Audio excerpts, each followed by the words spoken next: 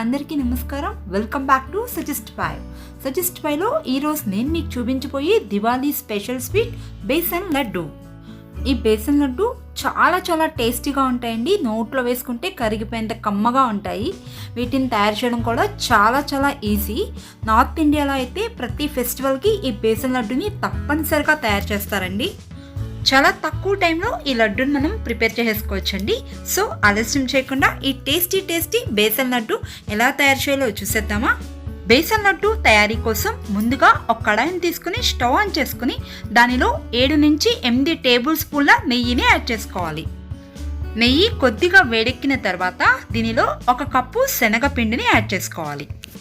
ఈ లడ్డు తయారీ కోసం మనం మార్కెట్లో దొరికే శనగపిండిని వాడచ్చు, లేదా ఇంట్లోనే పచ్చిశనగపప్పుని ఫ్రై చేసుకుని ఇలా శనగపిండిలా తయారు చేసుకుని దాంతో కూడా లడ్డూలు తయారు చేసుకోవచ్చండి.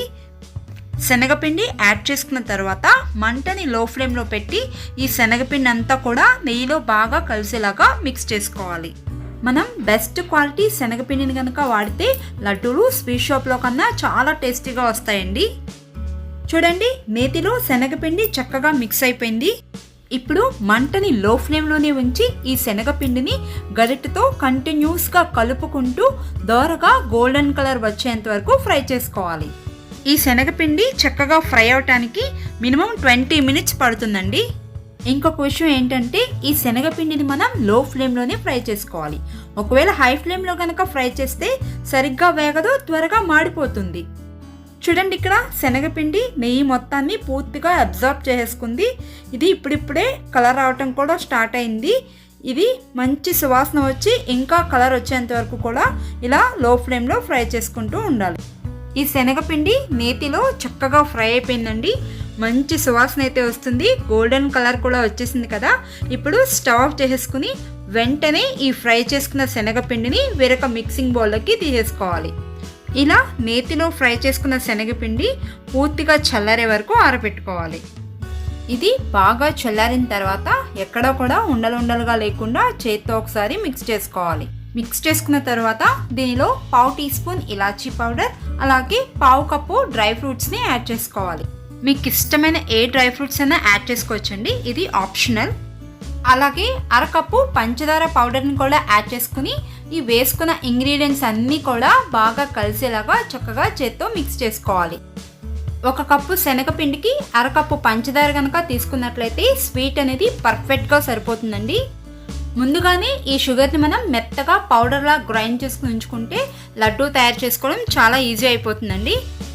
లడ్డూ మిశ్రమం రెడీ అయిపోయిందండి. చూడండి, ఇది పొడిగా ఉంది కదా. దీన్ని లడ్డూలాగా మనం తయారు చేసుకోవడం కోసం దీనిలో కొద్దిగా నెయ్యిని యాడ్ చేసుకోవాలి. నెయ్యి మొత్తం ఒకేసారి యాడ్ చేసుకోకూడదండి, కొద్దిగా నెయ్యిని వేసుకుంటూ మిక్స్ చేసుకోవాలి. ఇలా మిక్స్ చేసుకున్న తర్వాత కొద్దిగా తీసుకుని చూసినట్లయితే లడ్డు అనేది రావటం లేదు, విరిగిపోతుంది. సో ఇంకొంచెం నెయ్యిని యాడ్ చేసుకోవాలి.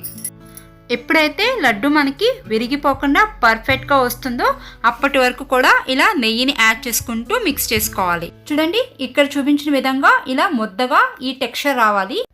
ఇప్పుడు కొద్దిగా లడ్డు మిశ్రమాన్ని తీసుకుని చేత్తో గట్టిగా నొక్కుతూ ఇలా లడ్డూలాగా చుట్టుకోవాలి. చూడండి, లడ్డు ఎంత పర్ఫెక్ట్గా వచ్చిందో.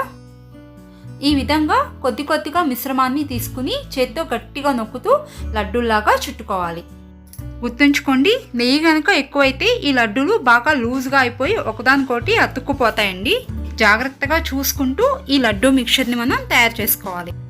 అంతే, tasty Diwali special besan laddu ready. ఫైనల్గా జీడిపప్పుతో గార్నిష్ చేసుకుని సర్వ్ చేసుకోవడమే. చూసారుగా, టేస్టీ దివాళీ స్పెషల్ బేసన్ లడ్డు ఇంట్లోనే చాలా ఈజీగా పర్ఫెక్ట్గా టేస్టీగా ఎలా తయారు చేసుకోవాలో మీరందరూ కూడా తప్పకుండా ఈ దివాళీకి ట్రై చేయండి. ఈ వీడియో కనుక మీకు నచ్చినట్లయితే లైక్ చేయండి, కామెంట్ చేయండి, షేర్ చేయండి.